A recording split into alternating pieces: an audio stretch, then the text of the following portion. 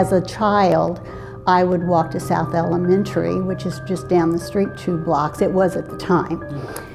It's now a government building, but I would walk by this building and it didn't scare me, didn't think about, oh my goodness, it was just the jail, but I didn't think about the prisoners who lived there. I thought about my friends. Were there prisoners living here at the time? There were, yeah, and my friends were, this was their home. So I just have a connection, and the dog King would be out in the police dog would be out in the cage, and so, you know, everybody would yell at, hey, King, and try to get him to bark at us, which wasn't hard.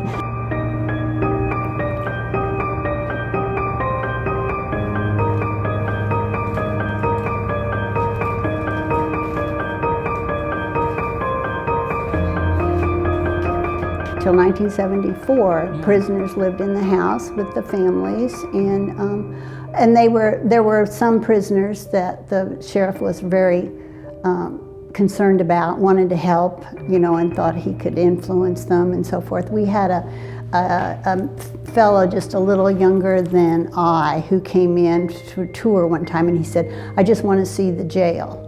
Okay, and he said, I was a prisoner here for almost a year. And it was when he was a teenager, but they would take him to school, and then they'd have to bring him back, and he had to stay in the jail. And he said if it wasn't for the deputy who gave him so much encouragement and concern and care, he probably would have been a prisoner. I mean, he would have been a criminal.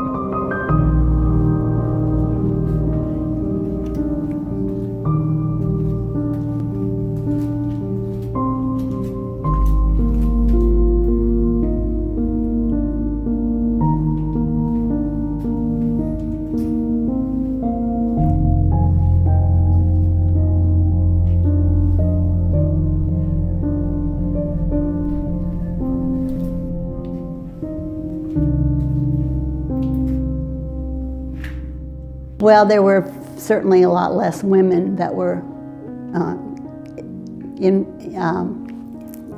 incarcerated here. So in the jail, we only had room for the two cells, so there would just be 2 women. And there was room for 16 men. There were 4 cells and 4 in each cell because they had bunks, so you could put 4 in each. So, and there were times when, you know, it wasn't crowded at all. And there were no women many times, and so if they wanted to separate the men, they used that for solitary confinement, the women's area.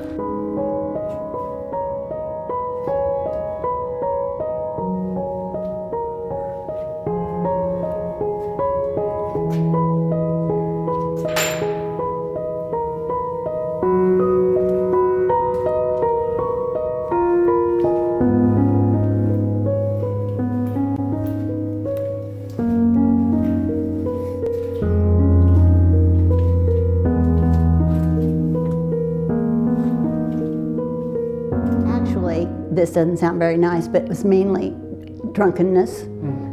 I mean, this was the county jail, and so there were a lot of people who just, you know, came periodically when the sheriff would have to go pick them up. Yeah, and of course that was good financially for the sheriff because he didn't get a salary until 1957. But he got fees for picking up prisoners, and also he was a tax collector. But I always think, well, the more prisoners he had, and then if he had to take them to the jail, I mean, he had to take them to court, then he got a fee for that, and transporting them and so forth, so.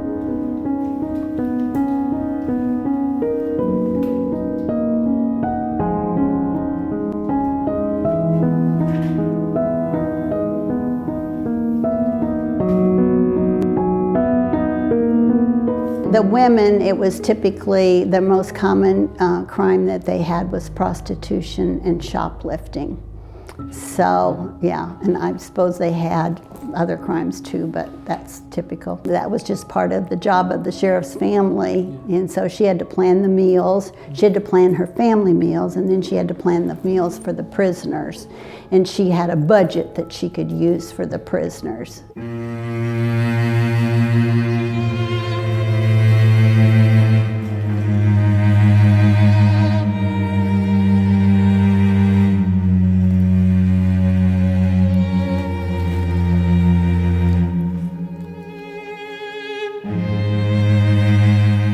the Sheriff Bell, he had 11 children, and his youngest, and I have a picture of his wife too that you can see, but his youngest was born in the house, but he had a severe hearing loss because of being in the Civil War, as many veterans did with the loud sounds of the war and so forth. So with this hearing problem, he wasn't aware that that two of his prisoners had escaped from the cells, and they went up through the attic and came into his daughter's bedroom and through the closet that is sort of like a little attic room, came down the stairs, which we just traveled down, and went right out the front door, and he didn't know it because he never heard them. So after that, he hung tin cans across the base of the stairs, thinking that if they ever tried that again, he would hear the bells, the cans ringing at the base of the steps.